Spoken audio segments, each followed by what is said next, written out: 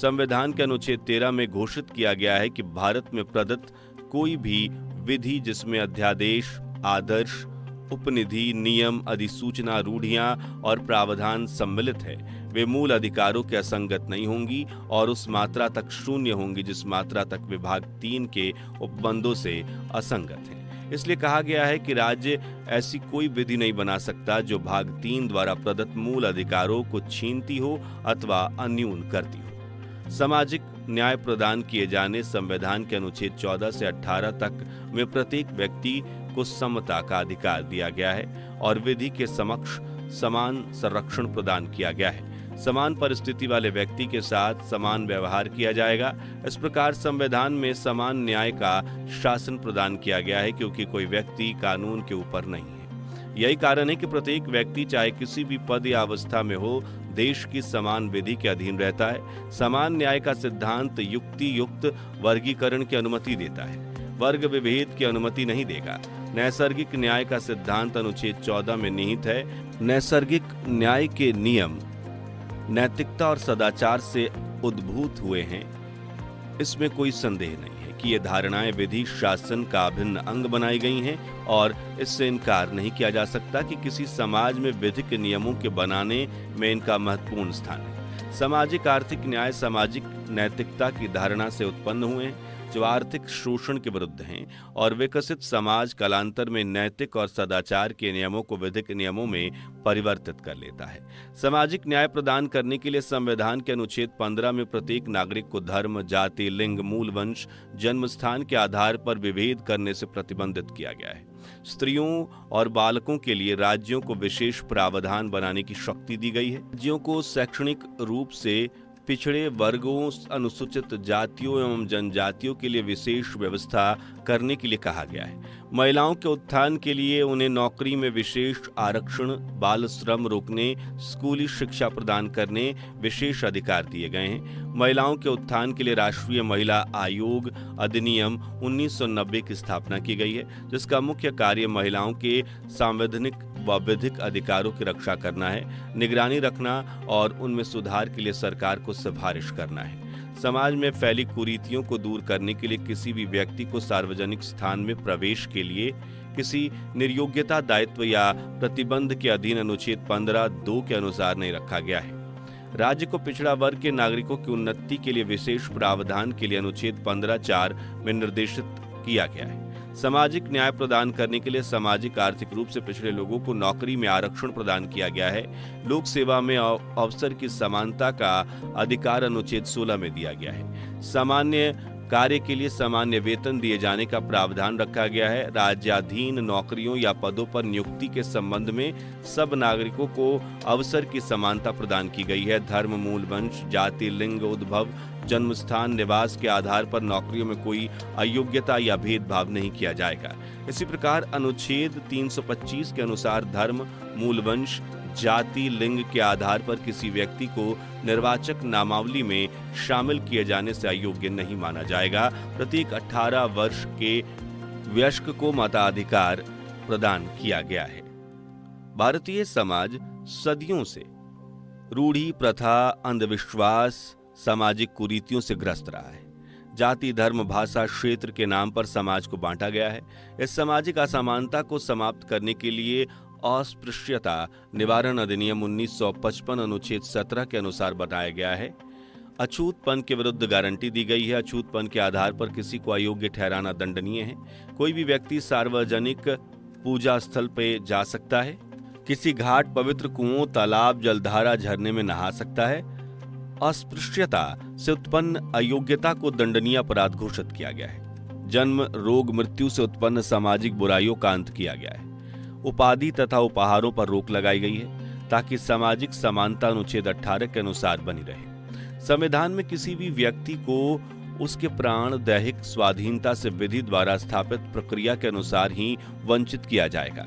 संविधान का यह अनुच्छेद 21 न सिर्फ कार्यपालिका के विरुद्ध विधिक संरक्षण प्रदान करता है बल्कि विधानमंडल के विरुद्ध भी संरक्षण प्रदान करता है और विधानमंडल ऐसी कोई विधि पारित नहीं कर सकता जो किसी व्यक्ति को उसके प्राण और दैहिक स्वतंत्रता से वंचित करती हो। विधानमंडल द्वारा बनाई विधि उचित, युक्ति युक्त, नैसर्गिक न्याय के सिद्धांतों के अनुरूप ही होना चाहिए। एक सुव्यवस्थित समाज के लिए व्यक्तिगत स्वतंत्रता अनिवार्य है। कोई भी अधिकार आत्यांतिक नहीं हो सकता, इसीलिए विधि का बंधक लगाया गया है। अनुच्छेद 21 में दैहिक स्वतंत्रता में वे सभी तथ्य शामिल हैं व्यक्ति को पूर्ण बनाते हैं। इसके अंतर्गत अनुच्छेद 19 में प्रदत्त वाक और अभिव्यक्ति की स्वतंत्रता, सभा करने की स्वतंत्रता, संघ बनाने की स्वतंत्रता, भ्रमण की स्वतंत्रता, आवास की स्वतंत्रता, शांतिपूर्वक और हथियारों के बिना इकट्ठा होने की स्वतंत्रता, पेशा, व्यवसाय, वाणिज्य एवं व्यापार की स्वतंत्रता शामिल है। अनुच्छेद 21 में प्रदत्त स्वतंत्रताएं केवल नागरिकों को प्राप्त हैं, जिन पर लोक हित में सामाजिक न्याय प्रदान किए जाने, देश की स्वतंत्रता को ध्यान में रखते हुए समाज कल्याण के हित के लिए युक्त पाबंदी लगाई गई है। यह पाबंदी मौलिक तथा प्रक्रिया संबंधी विधि के अंतर्गत लगाई गई है, जैसे शराब बनाना, नशीले पौधे उगाना, देह व्यापार करना आदि पर पाबंदियां लगाई गई हैं। प्रेस की आजादी, फिल्मों में सेंसरशिप आदि समाज के कल्याण के लिए उठाए गए कदम। दैहिक स्वतंत्रता का अर्थ शारीरिक स्वतंत्रता मात्र से नहीं है। इसके अंतर्गत वे सभी प्रकार के अधिकार शामिल हैं जो व्यक्ति को पूर्ण बनाते हैं और उसके अधिकारों को संरक्षण प्रदान करते हैं तथा सभी प्रकार के मनोवैज्ञानिक अवरोधों को हटाते हैं। व्यक्ति के निजी जीवन में किसी भी प्रकार का अपराधिकृत हस्तक्षेप, चाहे वह प्रत्यक्ष या अप्रत्यक्ष, सभी से संरक्षण प्रदान करते हैं। अनुच्छेद 21 में प्रयुक्त प्राण शब्द का अर्थ केवल मानव जीवन नहीं है और न केवल शरीर के अंग भंग करने से निषेध करता है, बल्कि इसके अंतर्गत एकांतता का अधिकार भी शामिल है। केवल भौतिक अस्तित्व तक ही सीमित नहीं है, वरन इसमें मानव गरिमा को बनाए रखने हेतु जीने का अधिकार शामिल है। इसमें विदेश भ्रमण का अधिकार, व्यापार व्यवसाय का अधिकार, एकांतता का अधिकार, मानव गरिमा के साथ जीने का अधिकार, न्यूनतम मजदूरी प्राप्त करने का अधिकार, जीविकोपार्जन का अधिकार, प्रदूषण रहित जल और वायु के उपयोग का अधिकार, लोक हितवाद प्रस्तुत करने का अधिकार, काम का अधिकार, वैधानिक रूप से पद का अधिकार, सड़क पर व्यापार का अधिकार, बेगार ना करने का अधिकार शामिल है। अनुच्छेद 21 में मानव गरिमा को बनाए रखते हुए जीने का अधिकार में लोक स्वास्थ्य को बढ़ाए रखने एवं उसमें सुधार करने का भी अधिकार शामिल है। एक स्वस्थ शरीर मनुष्य के जीवन के लिए आवश्यक है। सार्वजनिक स्वास्थ्य को सुरक्षित रखना एवं सुधार के लिए कदम उठाना एक कल्याणकारी राज्य का परम कर्तव्य है। अनुच्छेद 21 में प्राण शब्द से तात्पर्य मनुष्य का जीवन है, इसलिए इसके अंतर्गत जीविकोपार्जन, जीवन यापन का उत्तम स्तर, कर्मकारों के काम के स्थान पर आरोग्यपूर्ण होना तथा आराम का समय दिया जाना भी सम्मिलित है।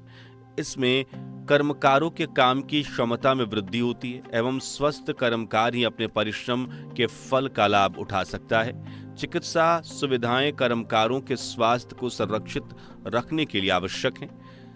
CESC लिमी बनाम सुभाष चंद्र बोस 1992 भाग 1 SCC 441 के मामले में यह अभी निर्धारित किया गया कि सामाजिक न्याय का अधिकार एक मूल अधिकार है।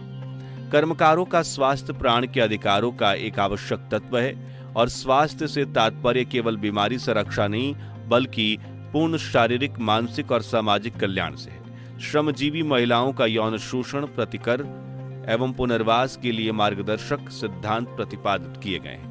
पीड़ित व्यक्ति की पहचान को गोपनीय रखा गया है, हथकड़ी लगाने को प्रतिबंधित किया गया है, अमानवीय व्यवहार के विरुद्ध संरक्षण प्रदान किया गया है, मानव प्रतिष्ठा को आदर्श बनाया गया है। शारीरिक रूप से विकलांग, अंधे, अर्धअंधे व्यक्तियों को भारतीय प्रशासनिक सेवाओं में नौकरी का अधिकार है, इसलिए जीवन के प्रत्येक क्षेत्र में उनको भागीदारी में उत्साहित करना सरकार का कर्तव्य है। इसके लिए उन्हें ब्रेल लिपि या लेखक की सहायता प्रदत्त करना सरकार का दायित्व बनाया गया है। चिकित्सकीय सहायता प्राप्त करने का अधिकार भी इसमें शामिल है। अनुच्छेद 21 में प्राण दैहिक स्वतंत्रता कैदियों को भी दी गई है। उन्हें निःशुल्क विधिक सहायता देना, उनका शीघ्र न्याय कराना, शीघ्रता परीक्षण, एकांत कारावास, कैदियों को लोहे की बेड़ियां न लगाना, जेल में अच्छा खाना देना, व्यक्ति को हथकड़ी न लगाना, परीक्षणाधीन कैदी को सिद्ध दोष कैदियों से दूर रखना, कैदियों से अमानवीय व्यवहार न करना, एकांतवास में अधिक अवधि तक न रखना, आवश्यक सुविधाओं से वंचित न रखना आदि अधिकार बंदियों को भी दिए गए हैं। अनुच्छेद 20 में प्रदत्त अधिकार की एक अपराध के लिए एक बार दंडित किया जाएगा। किसी व्यक्ति को अपने विरुद्ध साक्ष्य देने बाध्य नहीं किया जाएगा। किए गए अपराध के लिए एक बार दंडित किया जाएगा। यह अधिकार प्रत्येक व्यक्ति को उसके कल्याण के लिए प्रदान किया गया है और व्यक्ति का सामाजिक आर्थिक विकास हो, उसे अपने मानव होने का गर्व हो, इसके लिए अपराधी व्यक्ति को भी संवैधानिक संरक्षण अनुच्छेद 22 में प्रदान किए गए हैं। अनुच्छेद 22 के अनुसार गिरफ्तार व्यक्ति को शीघ्र गिरफ्तारी का कारण बताया जाएगा। उसे अपने मनपसंद के वकील से परामर्श का अधिकार होगा। 24 घंटे के अंदर निकटतम मजिस्ट्रेट के समक्ष पेश किया जाएगा। पुलिस अभिरक्षा में अमानवीय व्यवहार, अवैध गिरफ्तारी के विरुद्ध संरक्षण दिया गया है। गिरफ्तार किए जाने पर महत्वपूर्ण मार्गदर्शक सिद्धांत माननीय उच्चतम न्यायालय ने जोगेंद्र सिंह विरुद्ध उत्तर प्रदेश राज्य 1994 भाग 4 SSC 260 और D केवसू के मामले में दिशा निर्देश प्रतिपादित किए गए हैं, जिसके फलस्वरूप दंड प्रक्रिया संहिता में संशोधन किया गया है। आजीवन कारावास सजा काट रहे व्यक्ति द्वारा मानव वध करने पर केवल मृत्यु दंड संबंधित प्रावधान धारा 303 भादस का मिट्ठू बनाम पंजाब राज्य AIR 1983 सुप्रीम कोर्ट 473 के मामले में विलोपित किया गया है। मृत्यु दंड को आजीवन कारावास में बदलने की शक्ति दी गई है। नागरिकों के संवैधानिक अधिकारों के उल्लंघन पर न्यायालय को प्रतिकर दिलाने की शक्ति प्रदान की गई है। संविधान में प्रदत्त अनुच्छेद 21 को आपातकाल में भी निलंबित नहीं किया जा सकता है और संवैधानिक उपचारों का अधिकार जो डॉक्टर आम्बेडकर के अनुसार जिसके बिना यह संविधान शून्य है, जो संविधान की आत्मा है, का प्रयोग किया जा सकता है और यह अधिकार हमें मूल अधिकारों की गारंटी प्रदान करके सामाजिक न्याय प्रदान करता है। सामाजिक न्याय का प्रमुख स्रोत संवैधानिक उपचारों का अधिकार है, क्योंकि उपचारों के अभाव में अधिकारों का अस्तित्व संभव नहीं। इसके लिए न केवल दुखित व्यक्ति बल्कि लोकहित के लिए कोई भी व्यक्ति लोकहितवाद प्रस्तुत कर सकता है। न्यायालय द्वारा सामाजिक न्याय के लिए पर्यावरण संरक्षण, प्रदूषण निवारण, बंधुआ मजदूरी, अभिरक्षा में मौत आदि से संबंधित लोकहित याचिकाओं में महत्वपूर्ण दिशा निर्देश पारित कर सामाजिक न्याय के नए रास्ते खोले हैं। शोषण के विरुद्ध व्यक्तियों को सामाजिक आर्थिक न्याय प्रदान करने अनुच्छेद 23 में कहा गया है कि मानव के क्रय विक्रय, बेगार एवं बालात श्रम को प्रतिषेधित किया गया है। इन्हें दंडनीय अपराध घोषित किया गया है। नारी का क्रय विक्रय रोका गया है। बेगार प्रथा को समाप्त किया गया है। स्वतंत्रता के पूर्व भारतीय समाज में यह दो महत्वपूर्ण कुरीतियां थी। भारतीय नवाब राजा जमींदार कमजोर वर्ग तथा गरीबों से बेगार लेते थे, उन्हें मजदूरी नहीं देते थे। गरीबी के कारण स्त्रियों का क्रय विक्रय होता था, जिस पर रोक लगाई गई है। उत्तर प्रदेश में removal of social disabled act पारित किया गया है, जिसके अनुसार कोई भी व्यक्ति किसी भी व्यक्ति की सेवा करने से इस आधार पर इनकार नहीं कर सकता है कि वह अनुसूचित जाति का है, यदि वह उन्हीं तो पर अन्य हिंदुओं के प्रति सी सेवा करता रहा है। संविधान में सामाजिक न्याय प्रदान किए जाने, धार्मिक कट्टरता को खत्म किए जाने, धर्मनिरपेक्ष राज्य की परिकल्पना की है, जिसका अर्थ है कि राज्य का स्वयं अपना कोई धर्म नहीं होगा और न ही अपने नागरिकों में धर्म के आधार पर राज्य भेदभाव रखेगा। धर्म के मामले में तटस्थता बरती गई है। प्रत्येक धर्म को समान अधिकार प्रदान किया गया है। भारतीय संविधान में सामाजिक न्याय प्रदान करने हेतु जो मूल अधिकार दिए गए हैं, उसकी सुरक्षा के लिए संवैधानिक उपचारों के अधिकार अनुच्छेद 32, 226, 136, 141, 142 आदि में दिए गए हैं और नागरिकों को मूल अधिकारों को गारंटी के साथ सुरक्षा प्रदान की गई है, जिसके लिए उच्चतम न्यायालय और उच्च न्यायालय को एक सजग प्रहरी के रूप में कार्य करते हैं। लेकिन सामाजिक, आर्थिक और राजनीतिक न्याय प्रदान किए जाने संबंधित उपरोक्त संवैधानिक उपबंध केवल संविधान के आईना में छवि बनकर रह गए हैं। लोगों का जीवन स्तर निम्न है, गरीबी, बेकारी, भुखमरी, अशिक्षा, अज्ञानता व्याप्त है, आर्थिक समानता, सामाजिक न्याय आम जनता से कोसों दूर है। इसलिए लक्ष्य प्राप्ति के लिए शीघ्रता और कठोरता से इस संवैधानिक उपबंधों को लागू किया जाना आवश्यक है।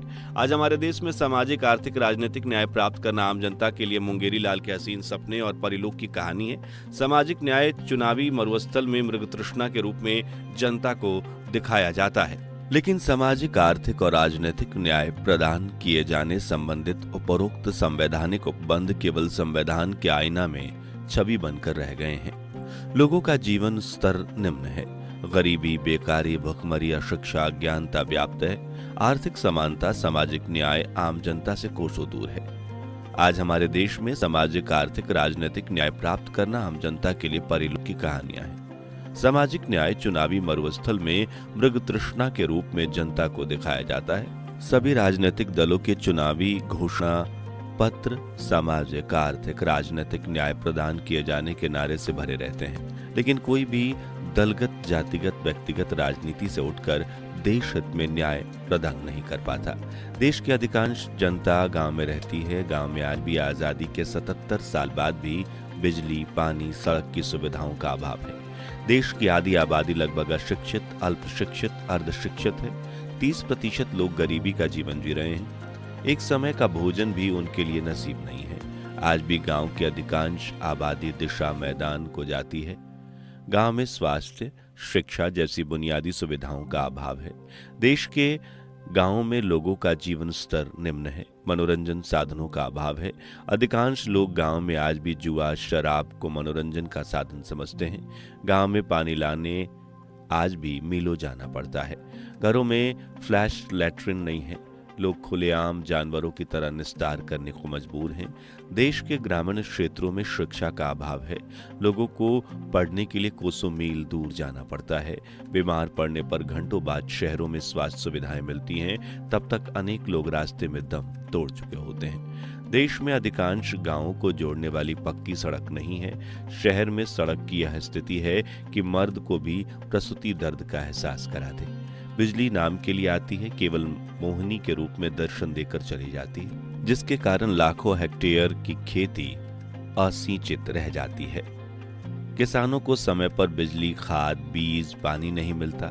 उसके ऊपर से उन्हें प्राकृतिक आपदा भी सहन करनी पड़ती है, जिसके कारण कई किसान कर्ज ना चुका पाने के कारण आत्महत्या करते हैं। देश में आर्थिक न्याय का यह हाल है कि गरीब और गरीब, अमीर और अमीर होता जा रहा है।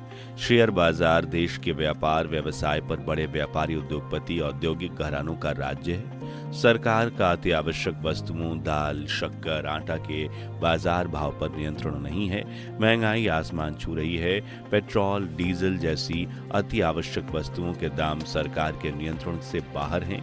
शेयर बाजार में कम दाम पर कंपनी के आईपीओ निकाले जाते हैं, बाद में उनकी कीमतें बढ़ा दी जाती हैं। जब उन शेयरों की कीमत बढ़ जाती है तो वही कंपनियां दूसरों से खरीदवा कर उन्हें बाद में बेचकर अधिक पूंजी जुटाकर शेयरों की कीमत कम कर देती है, जिससे लोगों की मेहनत मजदूरी की पूंजी डूब जाती है, जिस पर सरकार का कोई नियंत्रण नहीं है। देश में पूंजी वितरण में असमानता, प्रति व्यक्ति उत्पादक क्षमता कम होने के कारण और प्राकृतिक संसाधनों का उचित दोहन न होने के कारण अमीरों और गरीबों के मध्य खाई बढ़ती जा रही है।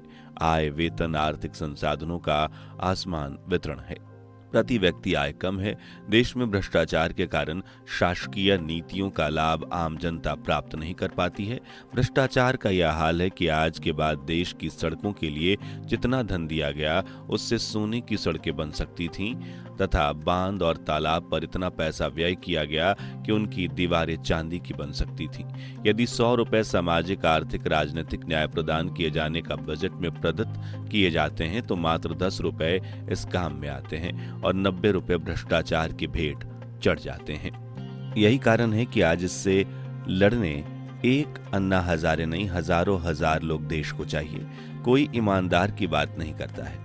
जहां आज देखो वहां चीट फंड कंपनियां कार्य कर रही हैं। वे अधिक ब्याज का लोभ लालच देकर लोगों के पसीने की कमाई जमा करवा देती हैं और बाद में उन्हें हड़प कर गायब हो जाती हैं।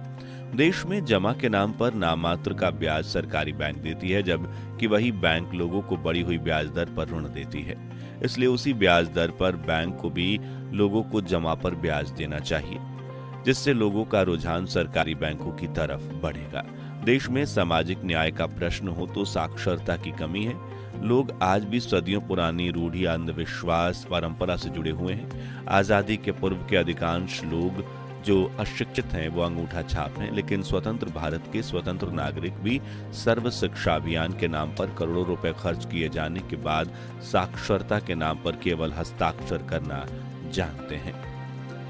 उन्हें अपने अच्छे बुरा समझने की शिक्षा अथवा ज्ञान नहीं दिया जाता। यही कारण है कि आज वे शोषण का शिकार हो रहे हैं। अशिक्षा के कारण लोगों को काम धंधा प्राप्त नहीं हो पाता और व्यापार व्यवसाय की कमी के कारण वे अपराध की ओर आकर्षित होकर आतंकवाद नस्लवाद को बढ़ावा देते हैं। देश में असामान्य वितरण के कारण गरीबी व्याप्त है, जिसके कारण अपराध हिंसा बढ़ रही है।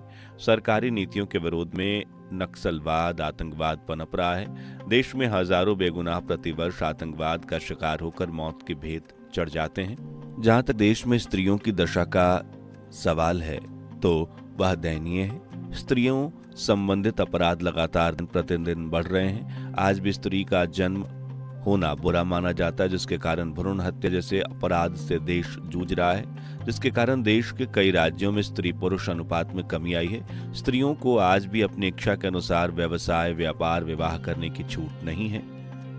उन पर आज भी सदियों पुरानी रूढ़ियों और प्रथाओं के अनुसार कोई न कोई बंधन लगाए जाते हैं। आज भी अधिकांश देश में असंख्य बाल विवाह होते हैं। एक अकेली स्त्री का समाज में रहकर जीवन यापन करना मुश्किल है। उस पर अनेक प्रकार के लांछन लाद दिए जाते हैं। देश में न्याय व्यवस्था का यह हाल है कि न्यायिक प्रक्रिया काफी लंबी और महंगी है। पिता दावा लाता है, पुत्र उसका निर्णय प्राप्त करता है, नाती निर्णय का निष्पादन करवाता है। सुलभ सरल शीघ्र सस्ता न्याय केवल किताबों की बात है। न्यायालय में मुकदमों के बोझ से दबे जा रहे हैं। रोज नए नए कानून अध्यादेश बन रहे हैं और अदालतों में काम का बोझ बढ़ रहा है, जिसके कारण न्याय समय पर प्राप्त नहीं हो पा रहा है, जबकि आम जनता का विश्वास केवल न्यायपालिका पर है। इसके लिए जरूरी है कि नई न्यायिक प्रणाली विकसित की जाए। जांच विचारण अन्वेषण में नई वैज्ञानिक तकनीकों का प्रयोग किया जाए। अधिकांश मामले न्याय से बाहर सुलह समझौते के आधार पर निपटाए जाएं। तभी सस्ता सुलभ शीघ्र न्याय लोगों को प्राप्त हो पाएगा। जहां राजनीतिक न्याय की बात है तो वह वोट और नोट के बीच बट गया है। दागी छवि वाले लोग चुनाव में खड़े हो रहे हैं। धन बल बाहुबल के आधार पर चुनाव जीते जाते हैं। राजनीति में व्याप्त गंदगी में कोई शरीफ व्यक्ति शामिल नहीं होना चाहता। भूले भटके कोई ऐसा व्यक्ति राजनीति में प्रवेश कर जाता है तो उसे वोट की राजनीति बाहर कर देती है। गुप्त मतदान का प्रावधान दिया गया है, लेकिन लोगों के वोट नोट और बंदूकों के साए में डलवाए जाते हैं। धर्म जाति भाषा के नाम पर वोट खरीदे जाते हैं। गांव में लोगों को वोट डालने नहीं दिया जाता। गांव के गांव बंधक बना लिए जाते हैं। देश में चुनाव युद्ध की तरह लड़ा जाता है और हर नाजायज तरीके से चुनावी युद्ध लड़े जाते हैं। चुनाव में प्रत्याशी की बौद्धिक योग्यता को देखकर लोग वोट नहीं देते, उसकी ताकत और पार्टी की क्षमता को देखकर वोट दिए जाते हैं। चुनाव में खड़े लोगों को देखकर कई लोग वोट नहीं देने जाते। इसलिए जरूरी है कि घर बैठे वोट इंटरनेट के माध्यम से डाले जाने की व्यवस्था की जाए। प्रत्येक व्यक्ति का नाम उसके वयस्क होने के साथ ही मतदाता सूची में अपने आप जोड़ा जाए। मतदान को अनिवार्य किया जाए। जिस प्रकार वोट डालकर प्रत्याशी को चुना जाता है, उसी प्रकार उसी प्रतिशत से चुने गए प्रत्याशी को क्षेत्र में काम न करने की दशा में वापस बुलाए जाने का अधिकार भी जनता को प्रदान किया जाए। यह देखा गया है कि जनप्रतिनिधि चुने जाने के बाद 5 साल के बाद क्षेत्र में शक्ल नहीं दिखाते, क्षेत्र के विकास के लिए कोई कार्य नहीं करते हैं। और तो और ऐसे लोगों के लोकतंत्र में जिसमें जनता का राज्य है और जनता के द्वारा चुने प्रतिनिधि जनता में से चुनकर जनता का प्रतिनिधित्व करते हैं, उन्हें जनता द्वारा वापस बुलाए जाने का अधिकार भी संविधान में प्रदान किया जाना चाहिए। देश में आर्थिक न्याय का यह हाल है कि गरीब और अमीर होता जा रहा है। शेयर बाजार देश का व्यापार व्यवसाय पर बड़े व्यापारी उद्योगपति औद्योगिक घरानों का राज्य है। सरकार का अति आवश्यक वस्तुओं दाल शक्कर आटा के बाजार भाव पर नियंत्रण नहीं है। महंगाई आसमान छू रही है। पेट्रोल डीजल जैसे अति आवश्यक वस्तुओं के दाम सरकार के नियंत्रण के बाहर हैं। शेयर बाजार में कम दाम पर कंपनी की FPO निकाली जाती है, बाद में उनकी कीमतें बढ़ा दी जाती हैं। जबकि उनके शेयरों की कीमत बढ़ जाती है तो वही कंपनी दूसरों से खरीदवा कर उन्हें बाद में बेचकर अधिक पूंजी जुटाकर शेयरों की कीमत कम कर देती है, जिससे लोगों की मेहनत मजदूरी की पूंजी डूब जाती है, जिस पर सरकार का कोई नियंत्रण नहीं है। जहां आज देखें हम, वहां चीट फंड कंपनियां कार्य कर रही हैं और अधिक ब्याज का लोभ लालच देकर लोगों के पसीने की कमाई जमा करवा देती हैं और बाद में उन्हें हड़प कर गायब हो जाती हैं। देश में जमा के नाम पर नामात्र का ब्याज सरकारी बैंक देती है, जबकि वही बैंक लोगों को बढ़ी हुई ब्याज दर पर ऋण देती है। इसलिए उसी ब्याज दर पर बैंक को भी लोगों को जमा पर ब्याज देना चाहिए, जिससे लोगों का रुझान सरकारी बैंकों की तरफ बढ़ेगा। जहां तक राजनीतिक की बात है तो व्यक्तिगत हित के लिए राजनीति की जा रही है। विधायिका के सदन रणभूमि बन जाते हैं, वहां पर वाक युद्ध लड़ा जाता है। लोगों के लाखों रुपए खर्च होने के बाद भी देश की आर्थिक, सामाजिक, राजनीतिक, रणनीतिक एवं कानून बनाने वाली संस्थाओं में कोई काम नहीं हो पाता है। यदि संसद और विधायक का वेतन, सुविधाएं बढ़ाए जाने की बात है तो सभी संसद विधायिका राजनीतिक दुश्मनी भूलकर उसे बहुमत से सर्वसम्मति से पारित कर देते हैं। लेकिन यदि आज आम जनता को राजनीतिक, सामाजिक, आर्थिक न्याय दिलाए जाने का कोई बिल पेश किया जाता है तो उस बिल में हजारों अड़ंगे लगाए जाते हैं, वह कभी पास नहीं हो पाता है। जहां तक देश की कार्यपालिका, न्यायपालिका और विधायिका का प्रश्न है तो तीनों ही अपने अपने क्षेत्र में सामाजिक न्याय प्रदान किए जाने में असफल हैं। न्यायपालिका काम के बोझ में दबी है, संसाधनों का अभाव है, आधारभूत ढांचा भी अंग्रेजों के जमाने का है। एक तथ्य को कई बार प्रमाणित करना पड़ता है जिसके कारण लोग न्याय प्रदान करने में हिस्सा नहीं ले पाते। विधायिका भी धर्म और जाति की राजनीति में उलझकर ठीक से कार्य नहीं कर पा रही है। व्यक्तिगत हितों और परिवार के लोगों को बढ़ावा दिया जा रहा है। वंशवाद की राजनीति है, राज परिवारों की तरह राजनीतिक परिवार फल फूल रहे हैं। देश की आम समस्या पर विचार नहीं किया जा रहा है। संसद और विधानसभा का समय आपसी बुराइयों और लड़ाइयों पर निकल जाता है। वॉकआउट की राजनीति की जाती है।